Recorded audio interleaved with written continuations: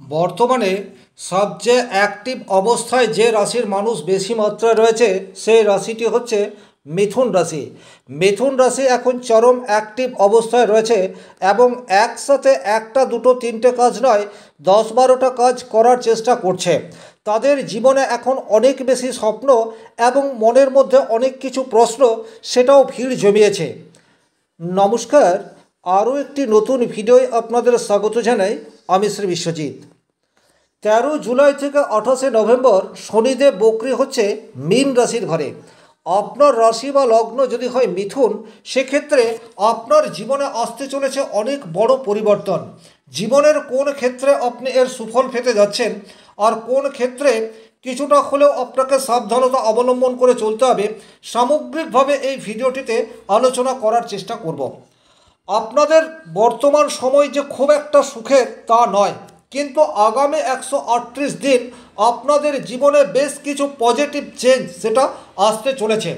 কোন কোন ক্ষেত্রে দেখুন, আপনারা এই রাশি চক্রটিতে দেখতে পাচ্ছেন 4টি প্ল্যানেট লেখা রয়েছে: শনিদেব, বৃহস্পতি, রাহু এবং কেতু।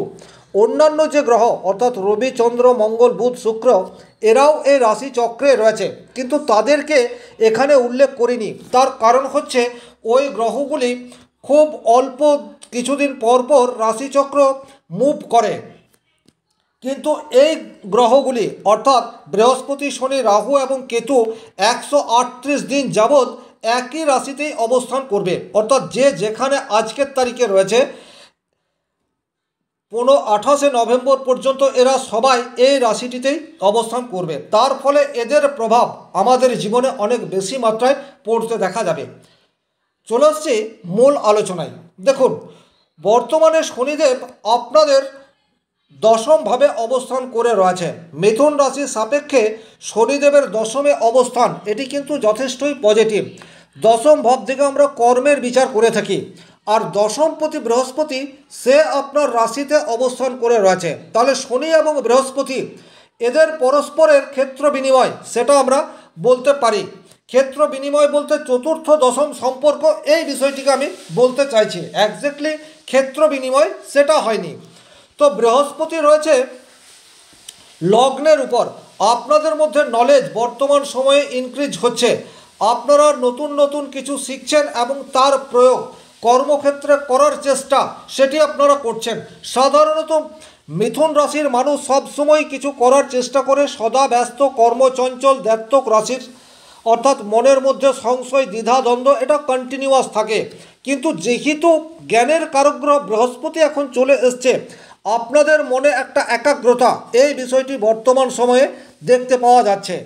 এর একটা সুফল বর্তমান সময়ে আপনারা পাবেন।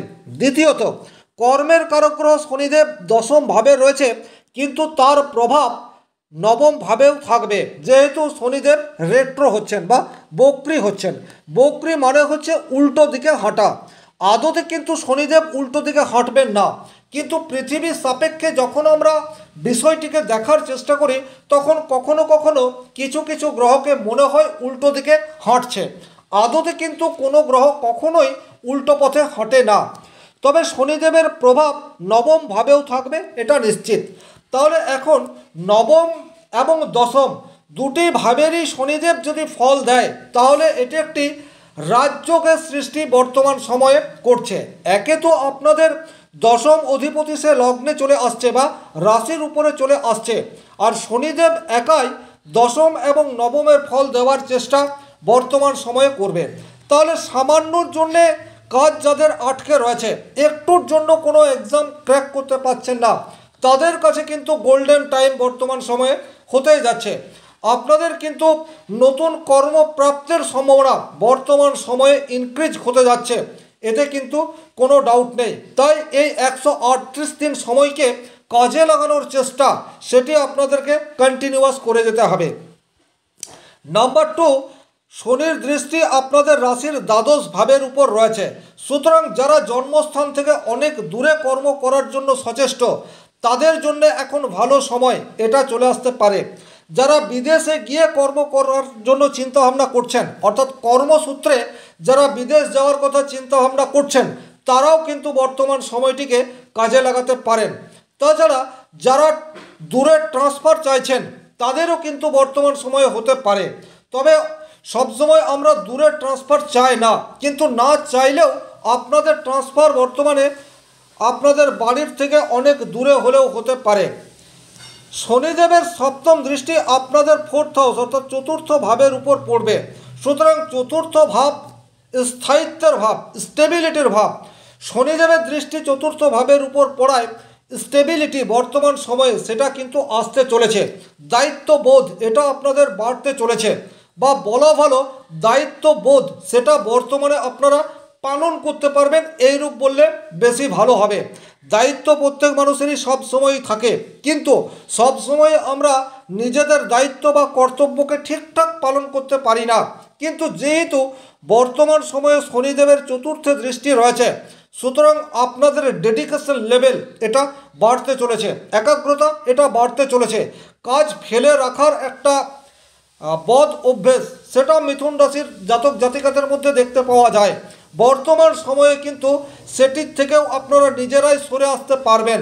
শনিদেবের চতুর্থ দৃষ্টি, চতুর্থ হচ্ছে আপনার মন বা মানসিকতা, তাহলে আপনার মনের উপর শনিদেবের প্রভাব এটি বর্তমান সময়ে থাকছে। উপযুক্ত প্ল্যানিং এটা আপনারা করতে পারবেন। শনিদেব সংযমের কারক গ্রহ, সুতরাং ধৈর্য বর্তমান সময়ে আপনাদের কিছুটা হলেও ইনক্রিজ হতে যাচ্ছে। শনিদেবের দশম দৃষ্টি আপনাদের সপ্তম ভাবের উপর পড়ছে, এই জায়গাটিকেও কিন্তু খুব ভালোভাবে খেয়াল করে দেখবেন।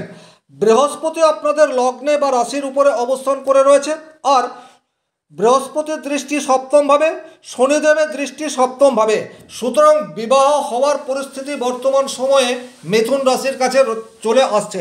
যদি আপনাদের দীর্ঘদিন যাবৎ বিবাহ হচ্ছে না, প্রচুর সম্বন্ধ দেখাশোনা করলেন কিন্তু কিছুতেই আর হয়ে উঠছে না, বর্তমান সময়টিকে কাজে লাগানোর চেষ্টা করুন। এই সময়ে কিন্তু বিবাহ হয়ে যাওয়ার সম্ভাবনা সেটি অনেকাংশে বৃদ্ধি পেতে যাচ্ছে। এবারে সামগ্রিকভাবে আপনারা কি ফল পাবেন 138 দিন, সেটাও একটু খেয়াল করে রাখুন বা নোট ডাউন করে নিন। আপনাদের তৃতীয় কেতুর উপস্থিতি আপনাদেরকে কিছুটা হলেও শ্লথ করে দিতে পারে। যোগাযোগ মাধ্যম কিছুটা হলেও উইক বা দুর্বল করে দিতে পারে, আপনাদেরকে বিশেষ সতর্কতা অবলম্বন করতে হবে। ছোট ভাই বোনের সাথে ভুল বোঝাবুঝি বর্তমান সময়ে কিন্তু তৈরি হয়ে যেতে পারে, এই জায়গায় আপনাদেরকে কিছুটা সাবধানতা অবলম্বন করে চলতে হবে। হঠাৎ কোথাও যাব করে স্থির করেছেন, মনের মধ্যে প্রচুর কৌতূহল, একটা নতুন জায়গাতে যাব, মনের মধ্যে একটা আনন্দ, হঠাৎ দেখলেন সেটা ক্যান্সেল হয়ে যাচ্ছে, এইরূপ পরিস্থিতিও বর্তমান সময়ে আপনাদের পড়তে পারে। বাবার স্বাস্থ্য নিয়ে আপনাদের একটা দুশ্চিন্তা বর্তমান সময়ে সেটাও হতে পারে, অথবা আপনি বাবাকে নিয়ে কোনো একটা গভীর সমস্যা সেটা চলে আসতে পারে। বাবার সাথে মতবিরোধ এটা আপনাদের চলে আসতে পারে। হঠাৎ করে আপনি অনেক বেশি সাত্ত্বিক সেটা হয়ে যেতে পারেন, আবার হঠাৎ করে আপনার মনের মধ্যে ঈশ্বরের প্রতি ভক্তি বিশ্বাস সেটা কমেও যেতে পারে। নির্ভর করছে আপনার জন্মকুণ্ডলিতে রাহু কীরূপ অবস্থাতে রয়েছে। তবে মিথুন রাশির সাপেক্ষে রাহু নবমভাবে থাকায় ভাগ্যের চরম উত্থান পতন এই বিষয়টি কিন্তু বিশেষভাবে দেখতে পাওয়া যাবে। যে কোনো সিদ্ধান্ত নেওয়ার ক্ষেত্রে আপনাদেরকে কিন্তু যথেষ্ট চিন্তাভাবনা করে ডিসিশন নিতে হবে। তার কারণ হচ্ছে রাহু বর্তমানে আপনাকে এগিয়ে দেওয়ার জন্য তৎপর হয়ে রয়েছে। আপনি সঠিক বিষয়টি নাও বুঝতে পারেন, কোনো একটা আবরণকে দেখে আপনার সেটাকে অরিজিনাল বলে মনে হতে পারে, তাহলে এই জায়গায় কিছুটা দুশ্চিন্তা সেটা রয়েছে। আবার যারা বিদেশে গিয়ে পড়াশোনা করতে চান তাদের জন্যও কিন্তু রাহুর নবমভাবে অবস্থান কিছুটা পজিটিভ রেজাল্ট নিয়ে আসতে পারে। তাহলে সামগ্রিকভাবে এই ছিল এই ভিডিওটির মূল আলোচ্য বিষয়। ভিডিও শেষ করার আগে একটা কথা বলবো, আমি এখানে মিথুন রাশি সাপেক্ষে কথা বললাম, কিন্তু আপনার লগ্ন সেটি যদি অন্য কিছু হয়, অর্থাৎ আপনার মিথুন রাশি মেষ লগ্ন বা কর্কট লগ্ন বা বৃষ লগ্ন, সেক্ষেত্রে সেই ভিডিও যখন আমি আপলোড করব সেই ভিডিওটিও কিন্তু আপনারা দেখে নেবেন। সেক্ষেত্রে যে কথাগুলি আমি বললাম তার ম্যাচ আপনার জীবনে অনেকাংশে ঘটতে দেখা যাবে। আজকের ভিডিও এ পর্যন্তই। ভিডিওটি ভালো লাগলে লাইক করবেন, কোথাও কোনো প্রশ্ন বা সংশয় থাকলে কমেন্ট বক্সে লিখে জানাবেন, আর চ্যানেলে নতুন হয়ে থাকলে সাবস্ক্রাইব করে পাশে থাকা অল নোটিফিকেশন বেল আইকনটি প্রেস করে দিন। আজকের মতো বিদায় নিচ্ছি, ভালো থাকুন, সুস্থ থাকুন, ধন্যবাদ।